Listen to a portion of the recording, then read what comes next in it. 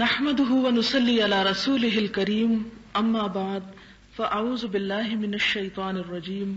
بسم الله الرحمن الرحيم رب اشرح لي صدري ويسر لي امري واحلل عقدة من لساني يفقهوا قولي ربنا زدنا علما. الوصیۃ بالنساء، عورتوں کے ساتھ بھلائی کا بیان.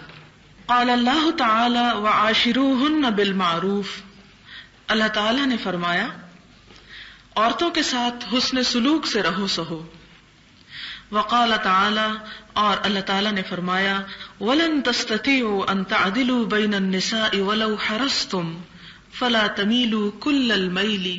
فَتَذَرُوهَا كَالْمُعَلَّقَةِ وَإِن تُصْلِحُوا وَتَتَّقُوا فَإِنَّ اللَّهَ كَانَ غَفُورًا رَحِيمًا.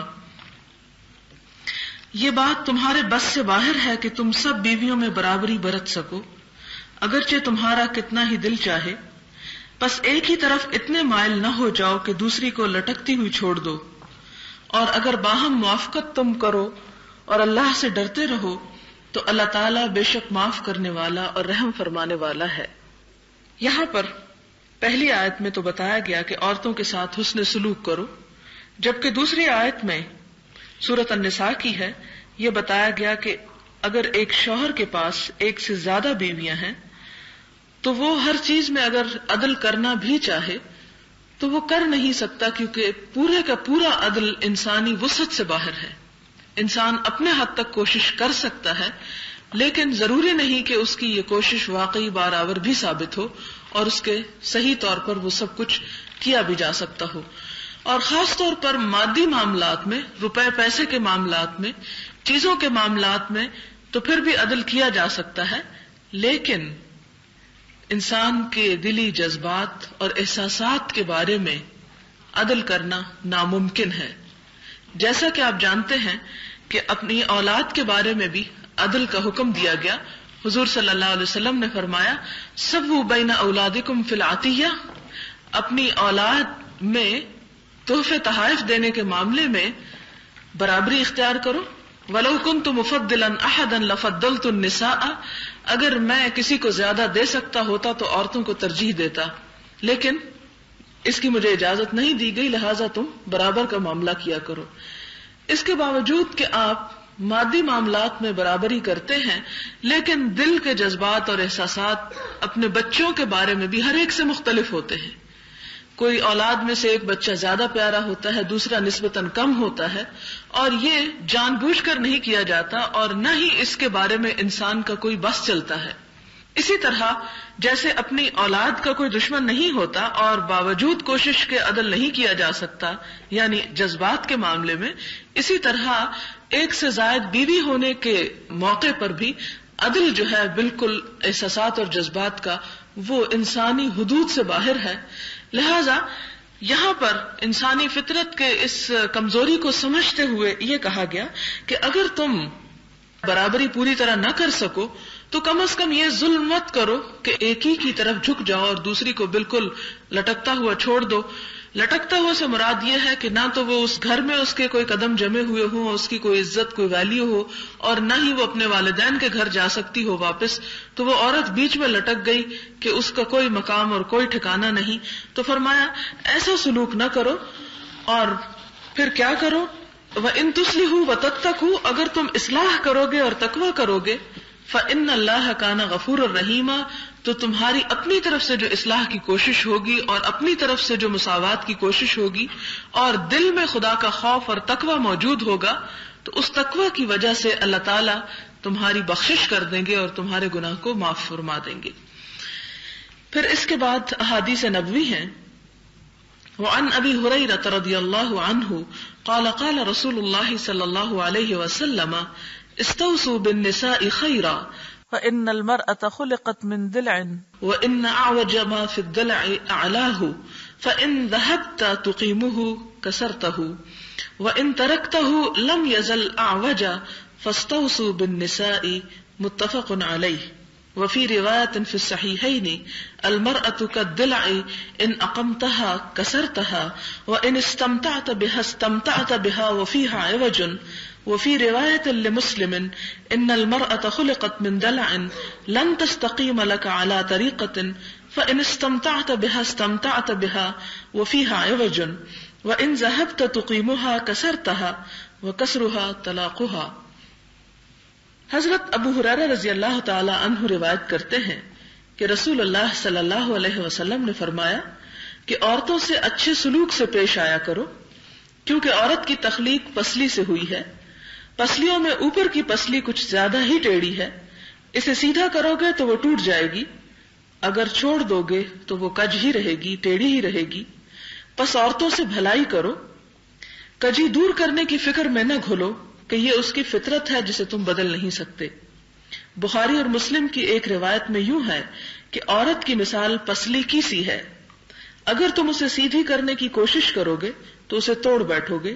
اگر تم اس سے کام نکالنا چاہو تو اس کج حالت میں رکھ کر ہی فائدہ اٹھا لو۔ مسلم کی ایک روایت میں یوں ہے کہ عورت پسلی سے پیدا کی گئی ہے، وہ تمہارے لیے سیدھی نہیں ہو سکتی، لہذا تم اس سے فائدہ اٹھانا چاہو تو اس کی کجی سے قطع نظر فائدہ اٹھا لو، اگر تم اسے سیدھی کرنے کی تگ و دو میں لگے رہو گے تو اسے توڑ ڈالو گے، اور اس کو توڑنا اس کو طلاق دینا ہے۔ اس حدیث کا مطلب آپ یوں سمجھ سکتے ہیں کہ جیسا کہ آپ جانتے ہیں کہ بنیادی طور پر مرد کو اللہ تعالیٰ نے عقل زیادہ دی ہے اور عورت کے اندر جذبات کا غلبہ رکھا ہے۔ مرد کو عقل یعنی جذبات کے مقابلے میں عقل کیوں دی گئی؟ اس لیے کہ جس قسم کی ذمہ داریاں اس پہ ڈالی گئیں اس کے لیے زیادہ سوچ سمجھ کی ضرورت ہوتی ہے، اور اس کے مقابلے میں عورت کے اوپر جو ذمہ داریاں ڈالی گئی، اولاد کی پرورش کی، اولاد کی محبت کی، ان کی تربیت کی، تو ان ذمہ داریوں کو نبھانے کے لیے عقل سے زیادہ جذبات کی ضرورت ہوتی ہے، اور یہ دونوں کا اپنی اپنی جگہ پر حسن ہے۔ اسی لیے ایک حدیث میں آتا ہے، شاید آگے یہیں اسی کتاب میں آپ پڑھیں، کہ جس میں آتا ہے کہ عورتیں جو ہیں وہ ناقصات العقل ہیں، تو عموماً عورتیں اس پر بڑی غضبناک ہوتی ہیں کہ ہمارے بارے میں یہ کیوں کہا گیا کہ عورت جو ہے وہ ناقص العقل ہے۔ حالانکہ ایک بات تو یہ کہ عربی زبان میں ناقص کا مطلب وہ نہیں جو اردو میں ہے، نقصان یا نقص کا مطلب عربی زبان میں کمی ہے۔ جب ناقصات العقل کہا گیا تو اس سے مراد یہ ہے کہ عورت کے اندر عقل کے اس لیول میں جو مرد کے اندر پایا جاتا ہے اس میں اس سے نسبتاً وہ کم ہے، لیکن یہ نہیں کہا گیا کہ یہ اس کا کوئی عیب ہے، بلکہ اس لیے کہ اگر عورت کے اندر عقل اور فلسفیانہ قوتیں زیادہ رکھ دی جاتی تو اس کا نتیجہ یہ نکلتا کہ اگر انسان ہر وقت نفع نقصان کو دیکھتا رہے تو ظاہر ہے کہ اولاد کے معاملے میں بھی انسان کو بعض اوقات والدین ساری عمر صرف دیتے رہتے ہیں، تو وہ دوسروں کی مثال دیکھ کر کہ بچے ساری عمر والدین سے لیتے ہیں اور واپس کم ہی کوئی لوٹاتا ہے، تو بہتر ہے ہم اپنے اولاد کو کچھ بھی نہ دیں۔ نہیں، ماں اپنی محبت کی وجہ سے، اپنے ان جذبات کی وجہ سے، یہ جانتے ہوئے بھی کہ اولاد سے معلوم نہیں فیض حاصل ہوگا یا نہیں، پھر بھی ان کے لیے تڑپتی ہے، پھر بھی ان کے لیے سب کچھ کرتی ہے۔ اب اگر آپ دیکھیں کہ مردوں کو چونکہ جیسے بزنس اور کام کاج اور تجارت اور ان چیزوں سے واسطہ پڑتا ہے، اور وہاں پر نفع اور نقصان کا ذہن میں رکھنا جو ہے وہ نہایت ضروری ہے، اگر وہ وہاں جذباتی فیصلے شروع کر دیں تو جیسا کہ بعض مردوں کے اندر ایسی خصوصیت پائی جاتی ہے تو وہ اس تجارت میں کامیاب ہونے کی بجائے الٹے ناکام ہو جائیں۔ لہذا یہ دونوں کے اندر جو خاص قسم کا ٹرینڈ رکھا گیا، ایک کے اندر زیادہ عقلی احساسات اور شعور رکھا گیا اور دوسرے کے اندر جذبات زیادہ رکھے گئے تاکہ وہ اپنے اپنے کاموں کو بہترین طریقے پر کر سکیں۔ اب یہ ماں کی جو مامتا ہے وہ بھی اسی جذبات کا نتیجہ ہے۔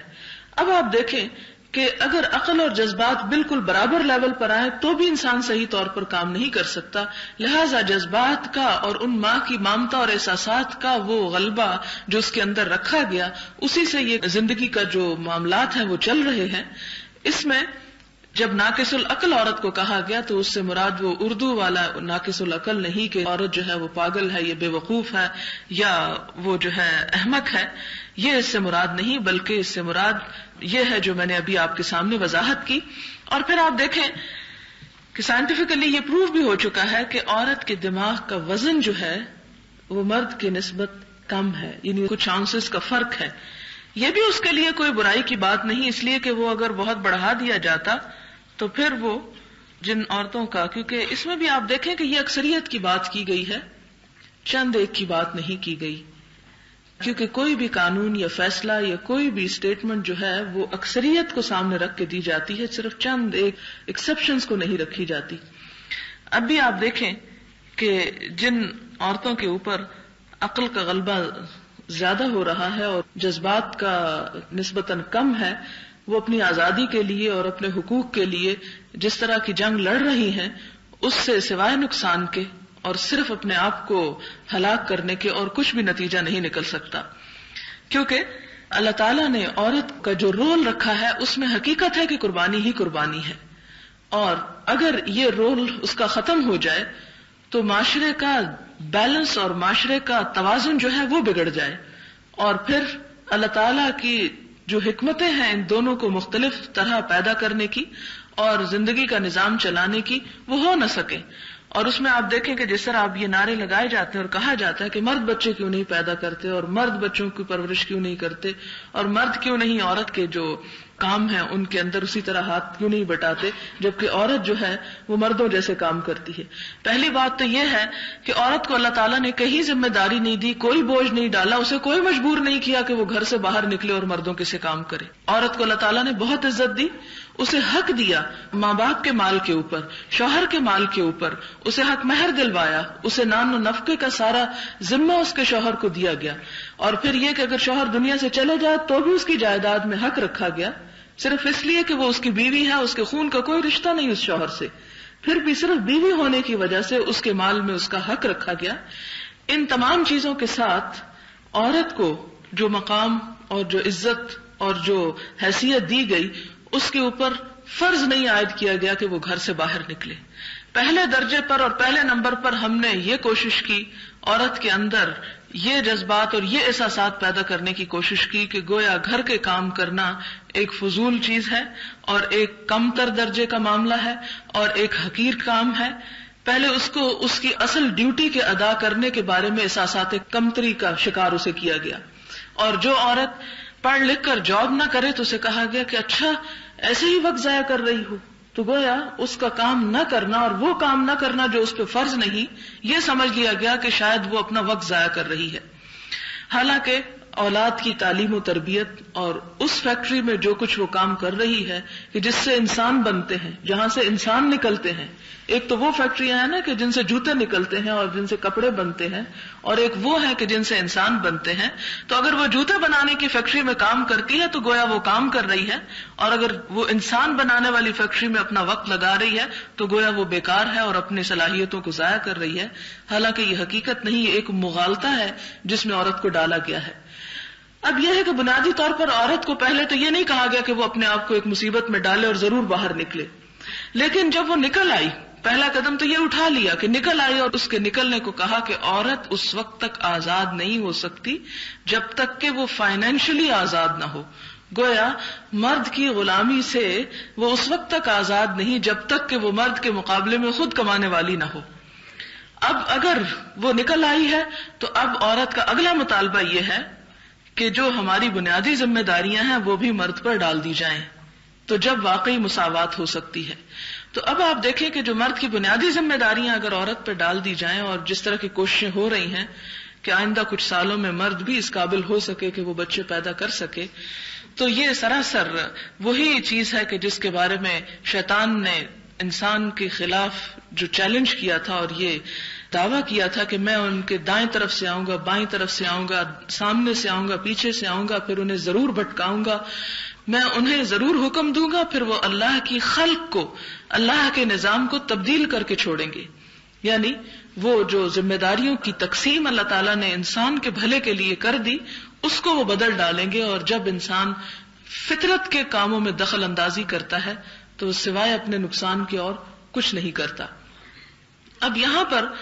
جو چیز بتائی گئی وہ بھی اس میں یعنی ٹیڑھی پسلی سے، یہ اصل میں مرد کو یہ بتایا گیا کہ تم جس طرح سوچتے ہو ہر چیز 2 اور 2 4، اور ہر چیز کے بارے میں عقل تمہاری غالب ہے، تم چاہتے ہو کہ عورت کے اندر بھی وہی عقل ہو اور اسی طرح وہ بھی معاملہ کرے، تو یہ تمہارا ایٹیچیوڈ جو ہے وہ درست نہیں ہوگا. اس طرح اگر اس سے معاملہ کرو گے تو اپنا آپ کو بگاڑو گے. اور یہاں پر مثال دی گئی کہ عورت ایسی ہے کہ جیسے پسلی سے، یعنی آپ دیکھیں کہ پسلی کی جو تخلیق ہے اس میں ٹیڑھا پن ہے. یہ ٹیڑھا پن کوئی گمراہی نہیں کہا گیا، یہاں صرف بتایا گیا کہ جس طرح ایک چیز مڑی ہوئی ہوتی ہے تو یہ مڑی ہوئی بھی ہے اور خوب مڑی ہوئی ہے، سختی کے ساتھ مڑی ہوئی ہے، یعنی اسے گویا بنایا ہی اللہ تعالیٰ نے اس طرح ہے. یہ نہیں کہ نعوذ باللہ ذلیل و رسوا کیا ہے اور اس کی کوئی حقارت ہے، نہیں، اس کی تخلیق اس طرح ہوئی ہے. اس کے اندر کچھ چیزوں کے بارے میں جو اسے کام کرنے تھے اپنے اللہ تعالیٰ کی طرف سے دیے ہوئے، ان کی ادائیگی کے لیے اس کے اندر یہ چیز رکھ دی گئی ہے. لہذا اگر تم اسے اپنے ذہن کی طرح اور اپنے جیسے مرد کے ساتھ معاملہ کرتا ہے وہ کرنے کی کوشش کرو گے تو اس کا فائدہ کچھ نہیں ہوگا، وہ ٹوٹ جائے گی. اور اگر تم اس کے یعنی اس ٹیڑھے پن کے ساتھ اس کی اس نیچر کو سمجھتے ہوئے کہ وہ بعض معاملات میں ہٹ دھرم ہے، وہ خوب پختہ مزاج ہے، جہاں پر اسے جو اپنی بات منوانی ہو یا جو کام کرنا ہو تو اس کی اس نیچر کو سمجھ جاؤ گے. اور پھر آپ دیکھیں کہ عموماً انسان جہاں عقل سے کام لیتا ہے وہاں اس میں جب عقل سے کوئی بات سمجھ میں آ جاتی تو نرمی بھی اس میں آ جاتی ہے، لچک آ جاتی ہے. لیکن جہاں صرف جذبات کا معاملہ ہو وہاں آپ دیکھیں اپنے آپ کو بھی رکھ کے کہ جہاں صرف جذبات کا فیصلہ ہو وہاں انسان عقل سے سمجھ بھی رہا ہو کہ یہ معاملہ نقصان دہ ہے اور خراب ہے، لیکن انسان اس کو پھر انا کا مسئلہ بنا لیتا ہے اور اس پر پھر اس طرح ڈٹ جاتا ہے کہ ساری دنیا بدل جائے، لیکن وہ نہیں بدلتا. تو اس لیے شوہر کو یا ایک مرد کو عورت کی فطرت سمجھانے کی کوشش کی جا رہی ہے تاکہ وہ اس کے ساتھ صحیح طور پر معاملہ کر سکے. یہ اگر عورت کہے کہ اچھا میں پھر ٹیڑھی پسلی سے بنی ہوں تو اس میں عورت کا بھلا کیا قصور ہے؟ عورت نے اپنے آپ کو خود تو نہیں بنایا، یہ تو اس کا بنانے والا اس کا رب ہے. اب اگر کوئی عورت اس پر غضبناک ہوتی ہے تو وہ کس پہ غضبناک ہو رہی ہے؟ نعوذ باللہ اللہ تعالیٰ پر، بنانے والے پر. اور بنانے والے نے کیوں ایسا بنایا؟ اس نے ہر چیز کو پوری حکمت اور تدبیر کے ساتھ بنایا. اس کے بنانے میں کوئی بھی کجی نہیں. جیسے کہ وہ آتا ہے نا کہ اللہ تعالیٰ فرماتے ہیں فرجع البصر هل ترى من فطور، تم اپنی نگاہ پلٹا کے دیکھو کیا تمہیں کوئی رخنا نظر آتا ہے، یعنی آسمان کی طرف. ثم ارجع البصر کرتين ينقلب اليك البصر خاسئا وهو حسير، کہ تمہاری نگاہ تھک کر نامراد پلٹ آئے گی لیکن تمہیں رحمان کی تخلیق میں کسی قسم کا کوئی خلل، کوئی کجی اور کسی قسم کی کوئی بھی خرابی نہ پاؤ گے. تو عورت کو اگر اس نے ٹیڑھی پسلی سے پیدا کیا تو رحمان نے خود اس کو پیدا کیا، اور اس پیدائش میں کوئی بھی تم ٹیڑھا پن نہ پاؤ گے یا وہ خرابی نہ پاؤ گے. یہ ایسا پیدا کرنا کسی خرابی کا سبب نہیں، کسی گمراہی کا سبب نہیں، اس کے لیے کسی احساس کمتری کا سبب نہیں، کسی برائی کا سبب نہیں. ایسا ہونا اس کے لیے باعث اعزاز ہے، افتخار ہے. اب کائنات میں اور بہت سی چیزوں کو آپ دیکھیں. کچھ درخت ایسے ہیں کہ جن کو بالکل سٹریٹ پیدا کیا گیا، کچھ کی شاخیں ایسی ہیں کہ جو اٹھتی ہیں اور نیچے کو آ جاتی ہیں. اب آپ دیکھیں کہ جہاں سرف کے درخت میں اس کے سیدھے ہونے کی وجہ سے ایک حسن ہے، اسی طرح ان درختوں کے اندر کہ جن کی شاخیں نکلتی ہیں اور پھر وہ دوبارہ اپنے نیچے کی طرف گر جاتی ہیں اور بظاہر ٹیڑھی نظر آ رہی ہوتی ہیں، ان کے اندر بھی ایک حسن ہے. اگر آپ دیکھیں کہ کائنات میں سارے کے سارے درخت سرو ہی کی شیپ کے پیدا کر دیے جاتے اور بالکل سیدھے تنے والے بنا دیے جاتے تو کائنات کا حسن جو ہے وہ قائم نہ رہتا.